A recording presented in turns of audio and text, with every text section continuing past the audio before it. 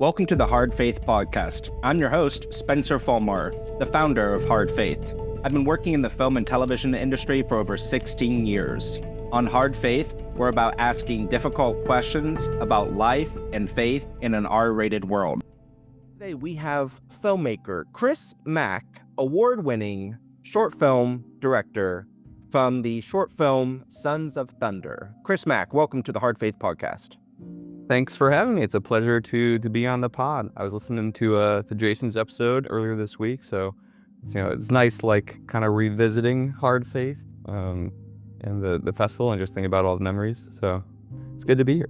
Thanks so much for being on the show. It was great having you in person. I know it's already been months ago, but what was your experience attending Hard Faith Fest for the first time? Yeah, so with Sons of Thunder, this has really been the first film project that I've really tried to get into festivals. With other ones, they were kind of like smaller projects, and so I just did local ones in Michigan. But with Sons of Thunder, the goal is to make it into a feature, and so I was definitely looking for faith-based festivals. And so I don't know how this happened. We've talked about this, how we are randomly Facebook friends. We are. We've been connected for years. Yeah, and I really don't know how that happened. And so this was year 3, right? Yep. This was year 3. Yeah, and so I've known about Hard Faith by seeing your posts about it, and I would see sponsored ads for it. I think back in the day is how I first stumbled across it as a festival. So it's always just been on my radar and in my watch list on Film Freeway. And so when it came time to submit a film and submit Sons of Thunder, I knew that Hard Faith was going to be on the list for sure. And the place that I knew that Sons of Thunder would fit best into, because there were some Christian film festivals that they had their list of rules and their vibes, and I was like, I don't know if it's gonna get in there, so I'll just submit it and see. And then some places I even emailed and I was like, hey, I have 2 curse words in this movie, is this gonna be a problem? And they're like, yeah. And then some places were like, no. So, and there are other places that were just all caps, do not submit if you are a sinner in any way, shape, or form. Yeah. And so I was like, well, I'm not gonna bother wasting $50 on a submission there. But Hard Faith was definitely the one in my head that I was the most excited for. And just from what I had seen, the whole mission statement, we weren't even 15 minutes into the festival and you were showing the video presentations and the mission behind Hard Faith, and I was there just crying.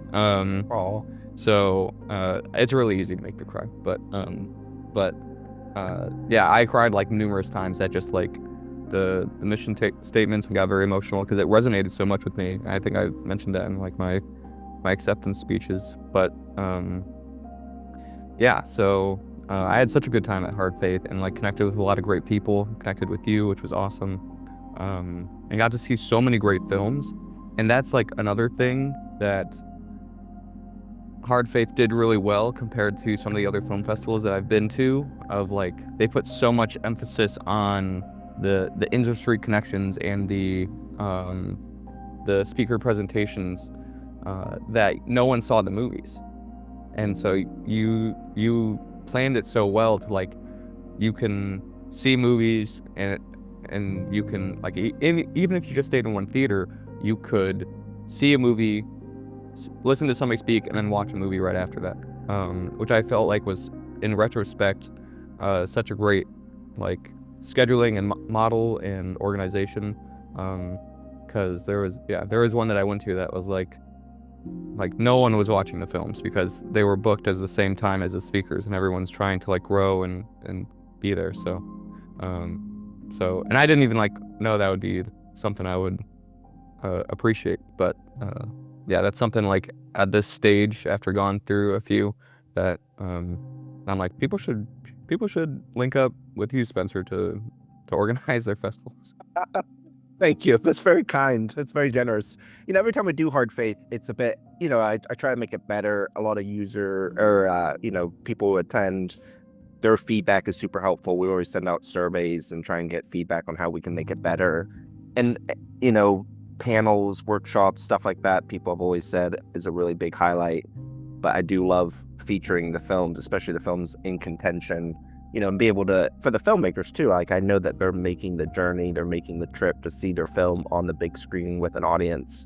And so I never want to lose sight of that in the mix of having a whole bunch of panels and workshops. And this year, it's the third year of the Hard Faith Fest. And I put on a few festivals before, back when I had a small theater chain. I used to put on different film festivals and would have Hard Faith as a subcategory that you could submit to.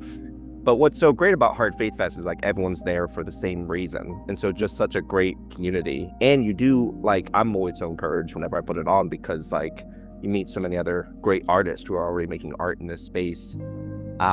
And people who want this kind of art, like it's funny because we've been connected on Facebook probably because we have mutual friends and mutual interest and want and like the same kind of art. But it's nice to actually get to know each other in person. And filmmaking can be done, in it can be such a silo, career, where you just make your own films, you make your own art, and you don't get to work with others or really have community or get to know other filmmakers, which is a shame. Obviously you get to know your crew, but like as you don't get to know other directors that well. Even like at the DGA, it's like you meet them for like the annual meeting and that's about it. But I do love, personally love Hard Faith Fest just because I get to meet so many other filmmakers, especially other filmmakers that are passionate about telling stories like this. How did you get on your filmmaking career journey? Like, when did you first know that you were called to this journey? It's kind of interesting. I remember in middle school taking like a career aptitude test and going through that, and I wasn't a great student. I'm sure a lot of filmmakers have that same story. Yep. But I wasn't terrible, but I just wasn't passionate about much. But in middle school, I remember taking this test, and the film director was on it, and I was like, "That's not a real job." Because people do that. I can do that here in Michigan. And so, years passed. I got into high school, not really thinking about any of that because who thinks about career in middle school or high school? But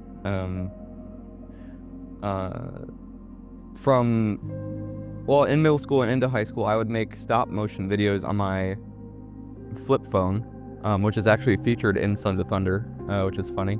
Yeah. And so that like very phone that I made stop motion with, and it wasn't even like an app, it was just like the scroll feature on the flip phone through the photos was at a frame rate that was basically like motion. I couldn't tell you if it was like 12 or between 24, but that's what I would do, and like make Transformers transforming and a bunch of like action fight scenes with G.I. Joes. And so that was really, without knowing it, it was just like a fun hobby. I was like learning directing right there and then with that. And then when I got into high school, I was very, very involved with a theater program. So I was acting in every single play. And I went to a small high school, so like, guys auditioning were fewer than girls. So there would obviously always be room for me in a production.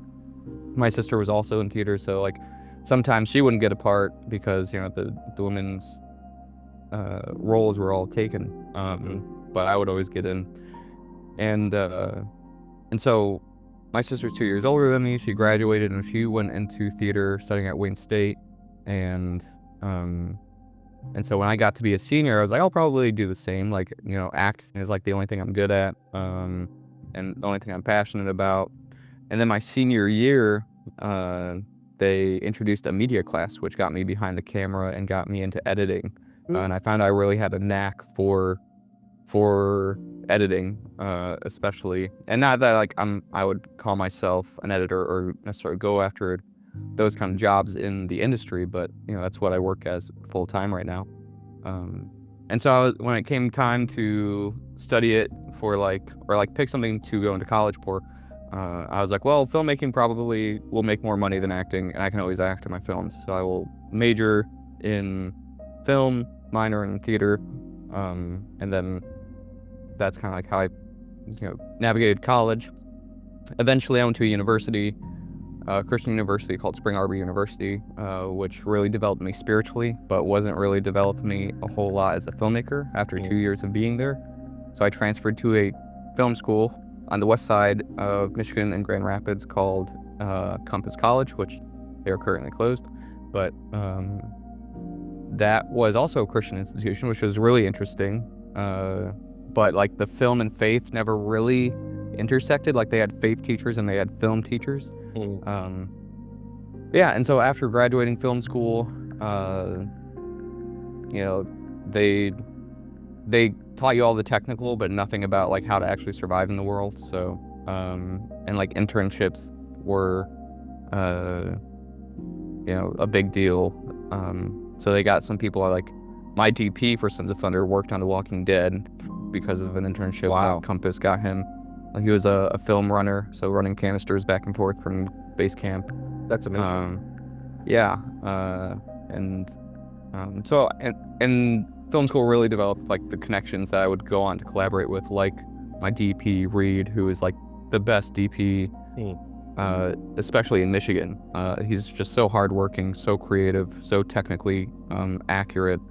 And then guys who kind of transitioning out of kind of like how I got into film, but just talking about being a Michigan filmmaker.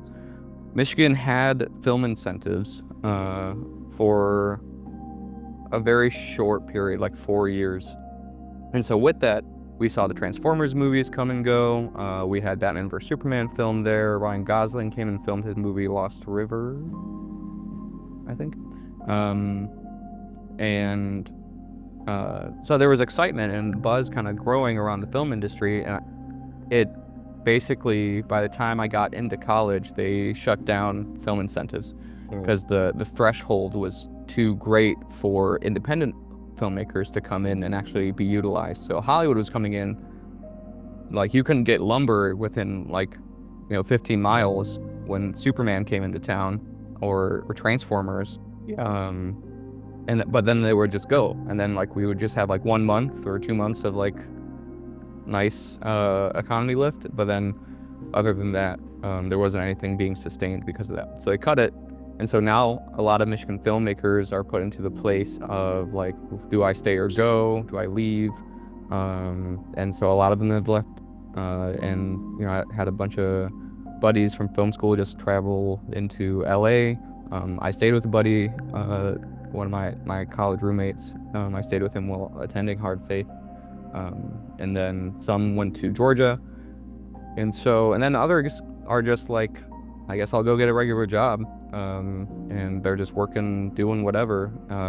And a guy that, a close friend of mine who I pulled on for a lot of the music videos I did after college, as a DP, super talented, great guy, great to have on set, but he has a family and he's just doing your average job and doing well at it because he's a hard worker.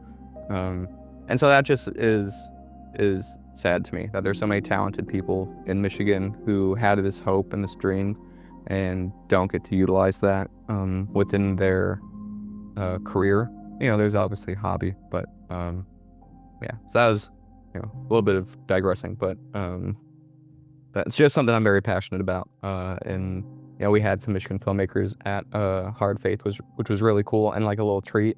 Yeah. To connect with that. But yeah. We have a lot of parallels actually to our story. I started, Steven Spielberg had a Lego set. It was called, I don't even know what it was called. It was It was a Jurassic Park. Yeah. I remember that, yeah. Yes, and so you connect it to your camera and it'd be like a motion picture. And so you just click the button and you move the Lego one piece, and you click the button, you move the Lego one piece. So I started with motion, stop picture, motion animation, and did theater. What was your favorite show you were ever in, or favorite role?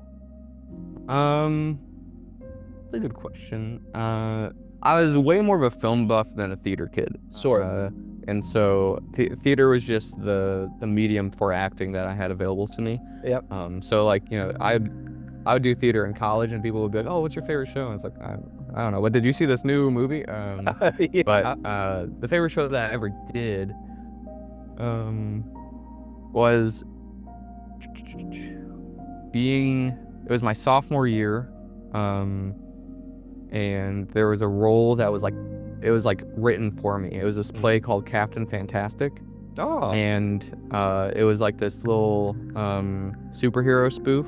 And so it's about this kid who's like super into like superheroes, and he's like kind of geeky, and he like trips and knocks his head. He's like, who runs this like school newspaper, and so everyone like in his like concussion turns into like, he's having like this dream of him as a superhero, and like all of his like friends as supervillains or superheroes as well, and his like principal's a bad guy. And so that one was like, my sister was in that play. I had a bunch of friends in that play. I got my buddy, like my best friend throughout high school, to be in that play for the first time and get him to theater that way. And so that was just a really good one. And I think it was more just like, it was a role that was so me, because I'm a huge superhero geek.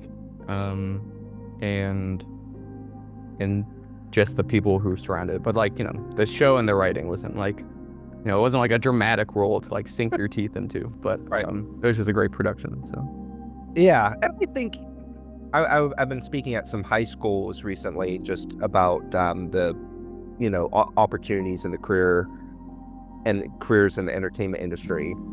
And I know my experience in drama club, you know, is a great just getting experience in the arts, working with people in a creative setting, working with creatives. I think it's a great outlet for, especially in high school, for kids to get exposed to the arts. And typically film clubs or film classes aren't available in a public school setting. Yeah.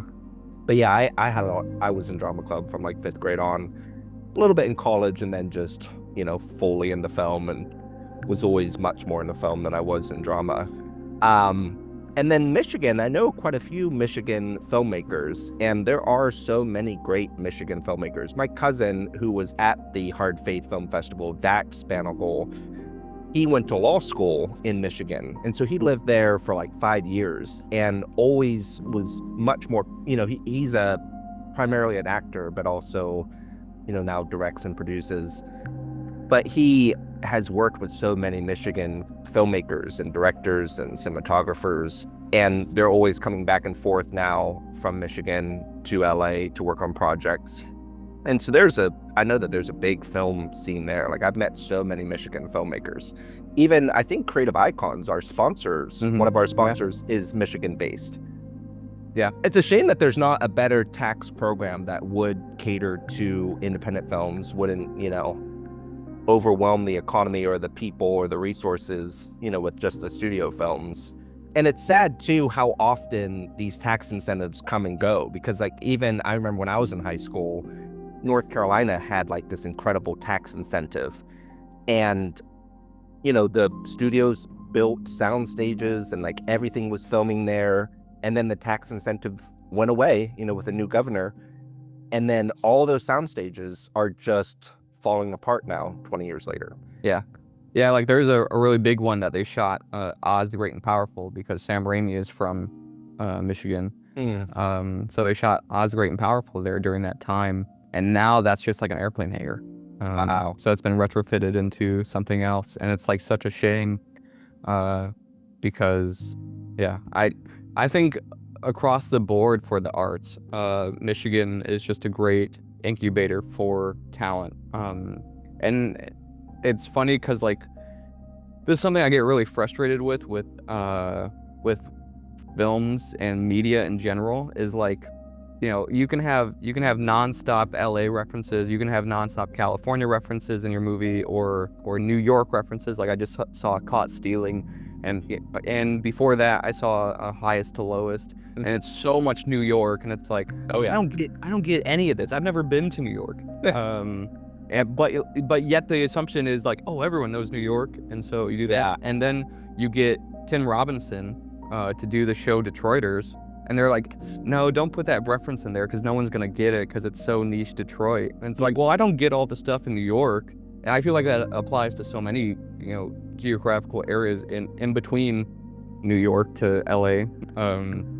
That is like, you know, just filtering into just bringing your experiences into the filmmaking. And you know, for Michigan, you know, you think automatically like Eminem, Big Sean, 8 Mile, which I grew up on 10 Miles, so like just 2 miles north of that.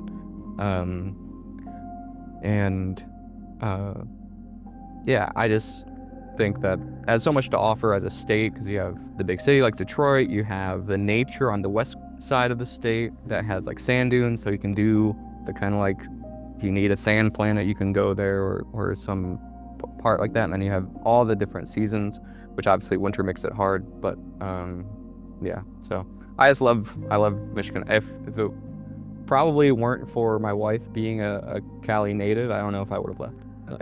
Yeah, and from what I haven't spent a lot of time in Michigan recently, but my parents do a lot of road trips, and they make it a point to stop in Detroit, which, you know, when I was a kid, you would do anything you can to avoid Detroit. Yeah.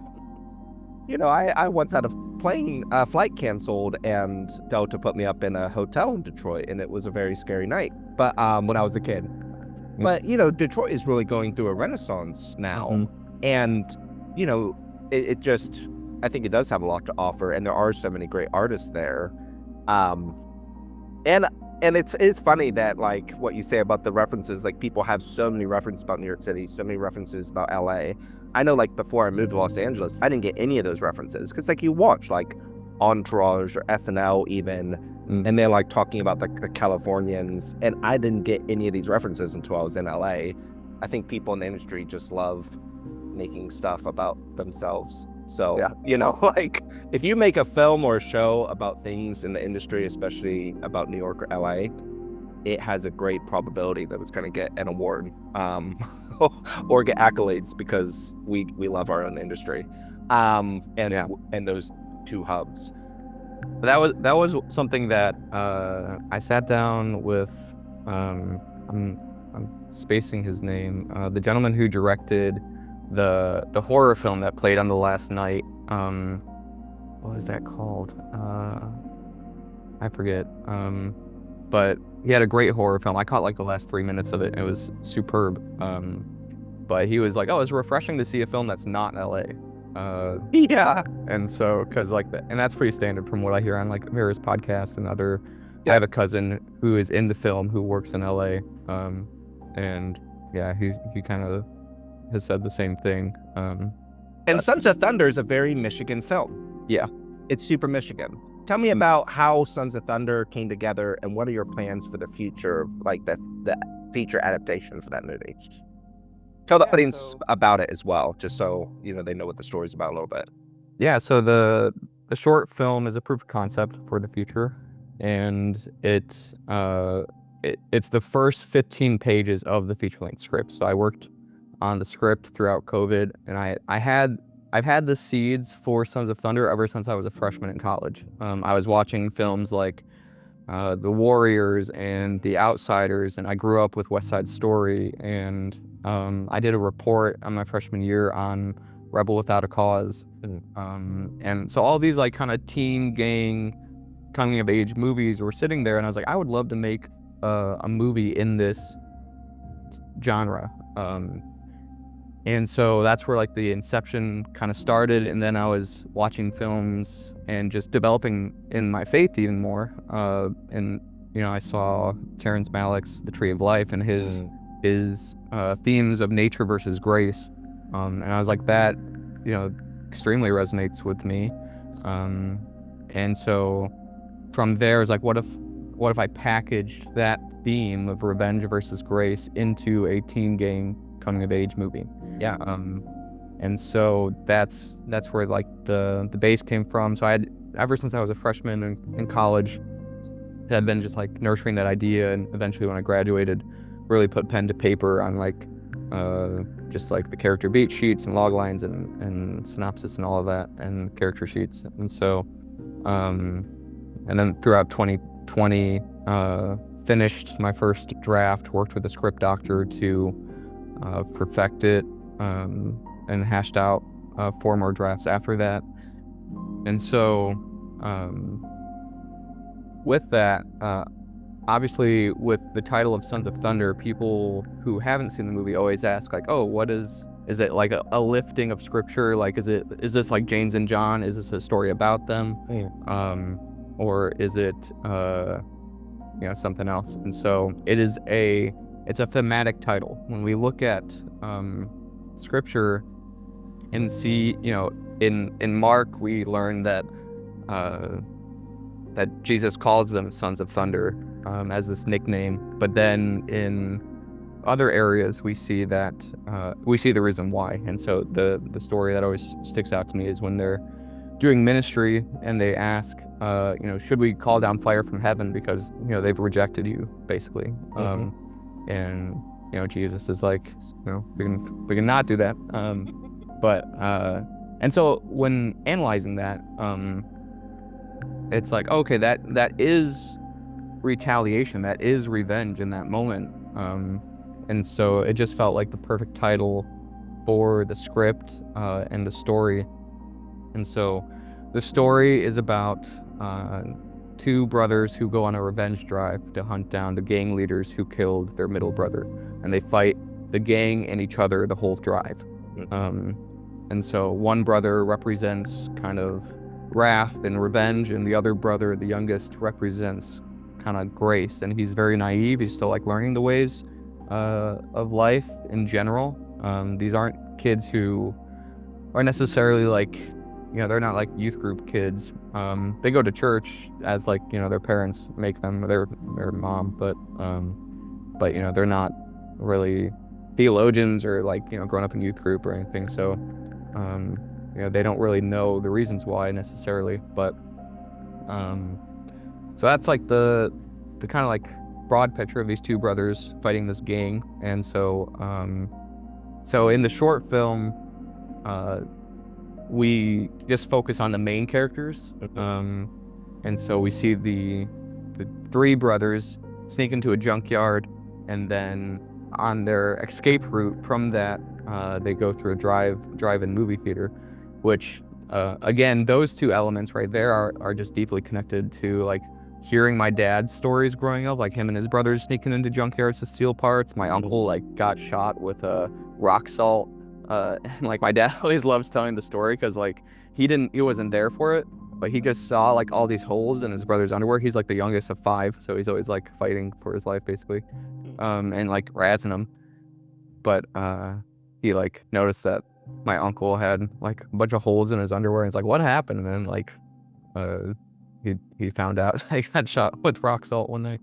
And then so that story, growing up with those from my dad, just putting that right into the film. And then with the drive-in, I've been going to the drive-in movie theater my whole life. I love drive-ins. Yeah. And I saw it in the clip of Generational Sins. Yeah, Generational Sins. I was like, hey, yeah. Yep. And so, and then like it's very, you watch The Outsiders, and it's the main scene where they meet a Cherry, and so it's just such a piece of Americana to include. And that's, I feel like Michigan is always like, it's not like other states where it's like fully in the past, but it is like behind New York and California by a few feet. So there's a lot of pockets outside of Detroit that, obviously we're all living in an age of technology, but it still feels like old town Americana. Yeah. And that's where we shot, was the city called Monroe, which is about an hour south of Detroit. And that's where we shot at a drive-in movie theater, which actually was like the newest drive-in movie theater made in America or something like that. Wow. And unfortunately, that location isn't very helpful to them. But there's another one in Detroit called the Ford, Wyoming, that I grew up going to my whole life. And so just wanting to kind of like, share love of that just in and of itself in the movie. as a hangout place. So the brothers kind of sneak through there. There's a dog chase in the movie, which like I thought we were gonna have to scrap for the short film. I was like, I don't know where we're gonna get a dog, and I don't, that's like some of the advice you guys like, don't work with children, don't work with dogs on your first movie. But we found one, and it was great. It was awesome. And then they confront at the drive-in the main antagonists of the film, which they don't get a whole lot of development in the short film. You kind of just meet them as bullies. But in the full feature, there's like supposed to be a whole like baseball team there, basically a whole like team of guys that these girls are hanging out with, that attracts one of the brothers over, and that's where we're introduced to the antagonist and set the stage for this drama that's about to take place between them. And then it ends with them coming home and running in with their mom, and their mom just kind of like telling the oldest brother how it is, and having kind of a more emotional conversation. But and then from there, that's where the feature kind of kicks off, and it was so cool to shoot the film. We shot 15 pages in 4 days. Wow. And so like it was a grind, and everyone hustled so much, and I think that again that just speaks to the work ethic in Michigan. You have people who are willing to do that, and it's definitely like you got people who are just suffering through it, and you have other people who are like excited to be there because there's nothing happening in Michigan on this level. So many talented people were a part of the film, from behind the scenes to in front of the camera, that such a great cast and crew, and I'm always so appreciative of them, and the work that they put into it. And I feel like we made something that's of real quality that shows what Michigan is for, and can stand out too. But and yeah, not everyone on the film was a Christian, and going to some of these Christian festivals, I've heard a lot of stories about people's like intention with that, and I've been a little intimidated by that in today's world. But it's been really cool being at places like Hard Faith to hear stories about like what people are doing behind the scenes to like make it known like, hey, we're unapologetically Christian here on the producing team. That doesn't mean like you have to fall in line with everything and our beliefs, but it does just like set the stage of like, this is the ethos and the team that we're trying to build, and you're invited to be a part of that as much as you want, or stay on the outside. But so that's something that like walking into the feature, I'm way more considerate about. I love that. Sons of Thunder, as soon as I saw it, and I think you submitted earlier on in our submission window, which is like 9 months. But man, it's such a powerful piece. Like it's very visually stunning too. And like, it's very Hard Faith. It's very Michigan, and whenever we showed it too at Hard Faith Fest, I had a lot of people, because whenever I'm walking through the halls and stuff and bouncing between the screenings and stuff, I had a number of people come up and be like, man, Sons of Thunder, that was a really great film. And I was like, I know. It is a great film, and I'm so glad Chris is here to present it, and we were able to award it. And I'm excited for the feature because I know that you have so much more of the story to tell, and it's a cool world that you've built. Like, it's very intentional. Like, it feels well developed. Like, that there's a lot more to be said past the short film or the proof of concept that we already have. Yeah, thank you. It means so much to hear that and to know that it resonated with people. And I'm so passionate about the craft of filmmaking, and I feel like the standard is continually just getting raised for Christian art, and so that's something when you watch people like Terrence Malick, when you watch directors in the prime of their career, of like, I think about Fincher, I think about Christopher Nolan, this commitment to beauty in their films, even if it's like Fincher, really heavy subject matter. It's like you watch those films and you're like, the craft is extraordinary. It's compelling in and of itself, and I think that when craft is sacrificed or just there's not a whole lot of consideration there. The message might be compelling, but if the packaging within the movie isn't also compelling, it's like, well, that can be just as much of a milestone between you communicating what God has put on your heart to communicate, just as much as like being vague about your message.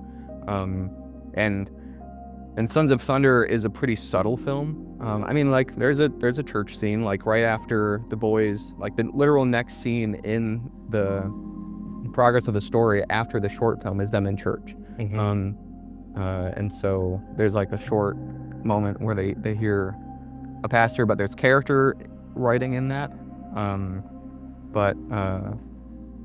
There's I think it's just encouraging to see that the craft is being elevated within Christian filmmaking, and so many like Jason with Ripple is so good. Sean, Sean Malone, yeah, Grand Canyon, and just like he just shot that in the pandemic, and yeah, but it's so beautiful. That black and white look. Yeah. So it's cool to be a part of that. I feel like we're finally, and I know that we all have had this yearning for it, but I feel like we're finally coming into like a renaissance period for Christian, especially the cinematic arts. The budgets are bigger, the quality's better, the art is higher, and thank goodness, because I know whenever I, converted to Christianity 15 years ago, a lot of the what we call faith-based films are not things that I want to be affiliated with, and the quality of entertainment coming out of faith-inspired stories today are some really beautiful work, Yeah. And it's very encouraging. Thank you so much, Chris, for being on the Hard Faith podcast. Thank you for your submission, Sons of Thunder. I really hope to see you at future Hard Faith festivals. And where can our audiences follow along with your journey and support your work? Yeah, so the areas that I'm mostly active on is my Instagram, which is Chris Mack Films, MAC, and then that same handle, Chris Mack Films, on YouTube. I'm showing some of my previous work in short films there. It's been a minute since I've uploaded anything, but I also do video essays on the relationship between faith and film. So I have a great one dissecting a quote that George Miller said about how cinema is a new religion, basically. And so examining the relationship of faith and film through that lens, as well as just talking about glorifying God with film. So I make these little video essays and talking about that dynamic and showing off my work there. And then you can find me on Facebook at Chris Mack as well. Just let me know. And if anyone listening to this wants to watch Sons of Thunder, our film festival run is pretty much done. So so I have a private link I can share with anyone that wants to see it. I have a website too that has some information on it. That is maccreativeco.com. There's a segment in there. That's where some of my freelance work exists. You'll see music videos I've worked with. That's something that we didn't get to talk about, was the music. Oh yeah. But just a real quick thing, because I got maybe 10 minutes. The music is so good in Sons of Thunder. I feel like that's an area again where people don't have a whole lot of intention, and so I didn't want to just get your typical orchestral score. I wanted music as the score that would be what these guys would listen to and what they would they're talking with their buddies and being what would be the soundtrack when you walked into the room type of conversation. So I got this musician to be the composer named Igor Efimov, and he was the guitarist for a band called Silent Planet, which is a hardcore band who early on had more Christian roots. I think just in our political age, they've kind of shifted their focus. But Igor was the guitarist and manager of that band for a while. Now he's doing his own thing, and he's the most distinct guitar player ever. You could hear his riffs and be I know I've heard that somewhere else. If you listen to his music, because I discovered him through a band called Behold the City, which if you're into into hardcore music. It's a great band, and so like the score that he wrote is just amazing. It's things that you can just jam out to, and then also kind of like crafting a soundtrack. If you know the band As Cities Burn, which is one of my favorite bands, they had a side project called Hawkboy that I was able to get one of their songs in the film. So it's like I kind of have an As Cities Burn song in the film, and it fits really well where it is. And then if anyone knows the band My Epic, I made a music video for the band American Arson, who is signed to Face Down Records. Wow. And so I was connected to Face Down Records and the Face Down family a little bit, and I was like, hey, do you mind if I use one of these songs? And they were like, yeah, go ahead. So I was able to get My Epic song in the mix, and that's like kind of a plan for the future. For the feature is to utilize the music that's inspired Sons of Thunder, because I've made a playlist to write to, and all these bands contribute to that. I love that. I'd love to get these bands to be a part of it, to contribute to a soundtrack, and just make something that, because these bands, just touching again on the artistic quality, it's like when people say like Christian music is bad, it's like, okay, yeah, like CCM, K-Love stuff I can pretty much agree with, but when you go to like kind of like quote unquote in the Christian underground, Right.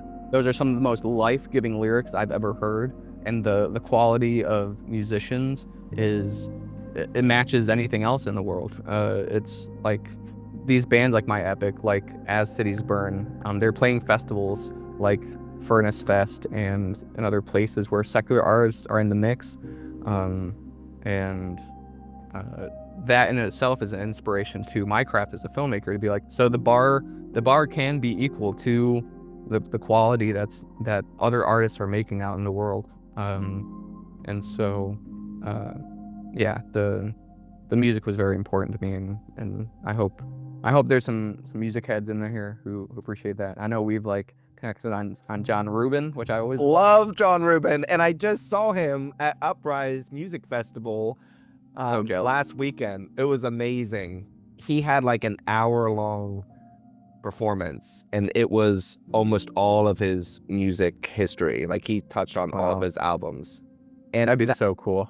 Yeah, and I think music is so important. Like one of the things that bums me out the most as a filmmaker, like, is that I can't just use any song I want in my films because licensing fees are so much. Yeah. And whenever you do license a song for a film, especially a well-known song, it's so expensive. Yeah. You know, like even in Shooting Heroin, we had Hank Williams' "I Saw the Light," because I grew up, my mom would play that song on the piano, and I love that song, and I used it in an interesting way in the film. And it's almost out of copyright, but it's still got another 20 years, so obviously we weren't gonna wait. But you know, that cost $12,000 for 7 seconds of my mom actually playing it on the piano, no lyrics, no nothing, and wow. It's just crazy. So it's nice that we can use, you know, that you were able to work with these bands and be able to utilize their songs and work directly with the artist. Because I think music is like a character in the film. It's so important. Yeah, it definitely is in Sons of Thunder. And it carries so much emotional weight in any film. So it's so important to think about. And so, yeah, that's kind of like, I guess, a tip for filmmakers is like start cultivating an independent taste that is unsigned. Because like Hawkboy, As Cities Burn, I discovered, I connected with the lead singer Cody at a show back in like 2018, before I even thought about making Sons of Thunder as a proof of concept. I just knew down the road that this was my goal. And so I was like, hey man, like I'm gonna do this film. I would love you guys to be part of, can I like connect with you in some way, get your email or something? And so he got me his email and we chatted. And I reached out to him originally to score the film, and he just didn't have the time. And so I just followed up. I was like, okay, well, like I just discovered that Hawkboy exists, your side project with the drummer Aaron. And I was like, I know it's like a long shot for using As Cities Burn songs in this, because I can't even get a hold of people at Tooth and Nail on the music video side of things. But for Hawkboy, like, were you guys signed? Like, could I use one of those? And he's like, I don't think we were ever signed. Like, just use it. No one's gonna come after you. You're safe. So yeah, so like that was like a godsend to have that, and like I discovered that side project like months before we shot, so it was really cool. And then yeah, Face Down is like a smaller label, so like maybe those fees are a little bit smaller, I don't know, but they were like super chill about. They were basically like, they understood like, you know, this is gonna have a small footprint, so you can use it. Yeah. But yeah, hopefully, I don't know. That's like kind of doing the freelance thing the past year, and like just thinking business wise and thinking about the producing side. It's like entering those talks with like more of a negotiation strategy of being like maybe there's some way to negotiate that, especially with smaller labels, to just get them to understand what, you know, that we're trying to work together. So I don't know, but that's stuff that I'm like constantly thinking about heading into the future. Yeah, I hope, you know, they used to have a system where it was more transparent, and there was like a big company that would work with all the different labels for music licensing. And I think the record labels and the corporations and everyone else just didn't want to all be fit into a system. And they realized that they could make more money having each deal independently and having no transparency. So sadly, I mean, that was and it only existed for a few years, and I was too young to really take advantage of it. But, you know, this was 15, 20 years ago, and there's just really nothing now. Now you just have to hunt down the music rights for every single song, even for like that Hank Williams song. Like finally we got to, I think it was Sony Music, just for publishing, you know, because we didn't actually use the recording. But it's crazy. It's unfortunate that it's so complicated and expensive, because it's nice to be able to utilize these songs. And I think it's a great way, you know, to even just remind audiences of these classics or these underground bands. And it's nice that you've cultivated these relationships.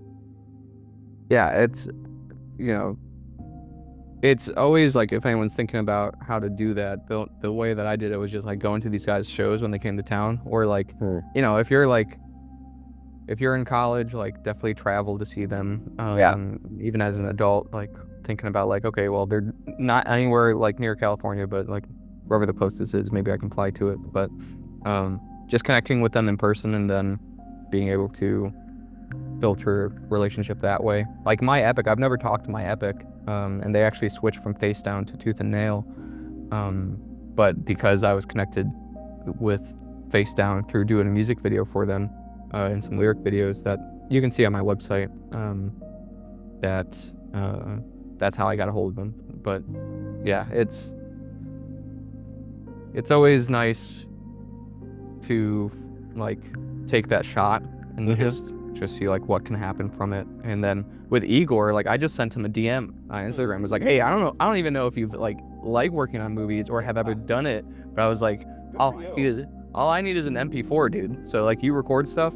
And just to talk about like the process of that, if anyone's wondering, basically as the writer director, I knew exactly what was the vibe of like, and just described it. I didn't go into a whole lot of like, use this instrument and this instrument, except for like maybe the first song. I gave notes like that, but I was like, okay, this song needs to, like there's a dog chase, and I sent him the movie obviously to score too. But like in this scene, I want it to communicate like just high danger, high octane, like, you know, going for it, and it's got to build. So like for this first song, is like maybe you start just on the hi-hat of the drum and add in the kick drum and start there. And I sent him a song reference of like kind of like what this song did, and then and just laid out notes like that. And he was living in Porto at the time, so we were on different time frames, so he would send me what he was working on. And so for like a week, I would wake up to a new song made specifically for me and my project by one of my favorite artists. And that was just such a cool experience to like wake up to that. Like imagine whoever your favorite artist is just sending you a song that they're cooking up, and was like, hey, I made this for you. And it was like just waking up every morning with like a smile on my face to like a text from Igor and being like, dude, this is the best thing I've ever heard, and it's for me. That's so cool. You have to do a soundtrack for the film. Yeah. It's gonna definitely. I hope. I haven't really talked with Igor about him returning. I hope he does, because he's just so good. He has and yeah, he's here in the States now. He was in Porto, like I said, but yeah, it'll be a little bit easier on a similar or closer time zone. Yeah, so that'll help for sure. But that's awesome. Thank you, Chris. I appreciate you so much taking the time out of your day to be on the Hard Faith podcast, and I can't wait to see what you make next. I'm so glad you made Sons of Thunder. Glad we got connected officially, finally, past social media in real life. Yeah. and I know we'll stay connected and hopefully work together in the future.